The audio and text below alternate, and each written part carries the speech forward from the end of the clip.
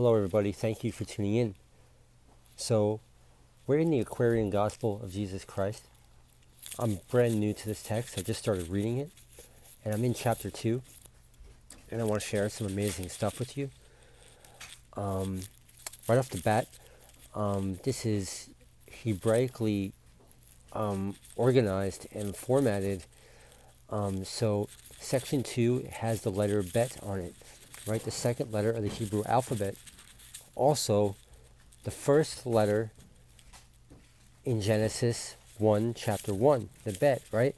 So I recently started teaching how the Bet actually represents Jesus Christ. Right? So the Bet is really the house of God. And it's really the infinite housing the finite. And that's exactly what Jesus did when he came down to us in the flesh.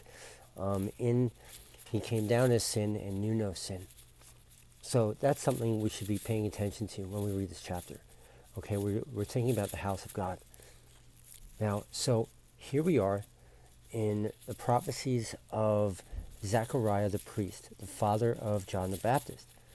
Now, if you've been following this channel, one of the new revelations we've discovered is that Zacharias the priest, anytime we read of him, we can parallel him to the victims of September 11th. And so we're reading this prophecy, it kind of parallels what we read in the Gospel of Luke, but it's different. So this is the Aquarian Gospel of Christ. I think we should be reading this through a kingdom lens. That's what I'm getting from the text, kind of like we read the Targum translations, right? This is Aquarian. This is for the age of Aquarius. So what are the revelations about September 11th? Number one, Zechariah the priest represents the victims.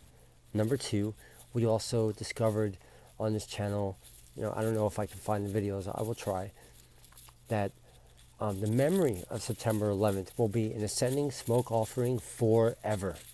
Forever. Okay?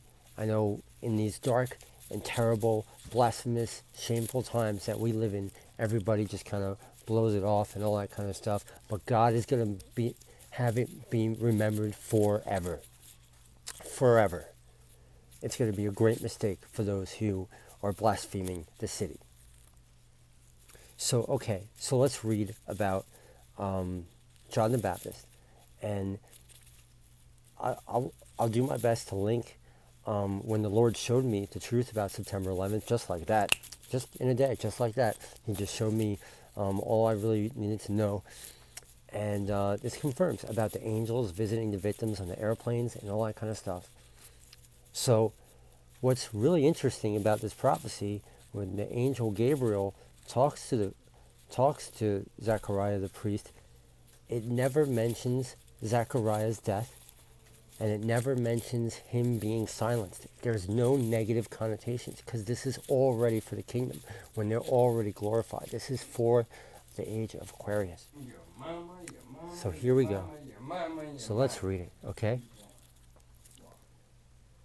It came to pass, as Zacharias stood before the Lord and burned incense in the holy place, that Gabriel came and stood before his face. And Zacharias was afraid.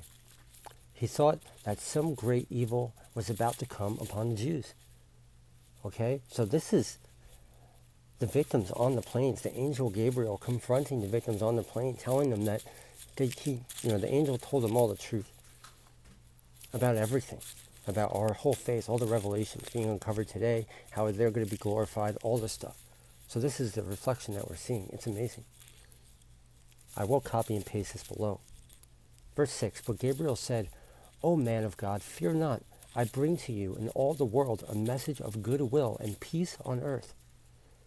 Behold, the Prince of Peace, the King you seek, will quickly come. Your wife will bear to you a son, a holy son, to whom the prophet wrote. Okay, we're talking about Christ. That's the coming of Moses, the John 17 multitude of Christ. Behold, I send you Elijah unto you again before the coming of the Lord, and he will level down the hills and fill the valleys up and pave the way for him who shall redeem. From the beginning of the age, your son has borne the name of John, the mercy of the Lord. His name is John. The Strong's Concordance tell us that John means God is gracious, is a gracious giver. He will be honored in the sight of God, and he will drink no wine, and from his birth he will be filled with holy breath. And Gabriel stood before Elizabeth as she was in the silence in her home, and told her all the words that he said to Zacharias in Jerusalem. When he had done the service of this course, the priest went home, and with Elizabeth rejoiced. Right? So Elizabeth is Zacharias' wife. Elizabeth means God is my oath. So Zacharias' wife would represent those who have faith in God, I believe, when it comes to September 11th, those who are standing in the truth. So this is amazing prophecy, amazing insight that we get not found in any other text. Okay, thank you for tuning in. I will bless you.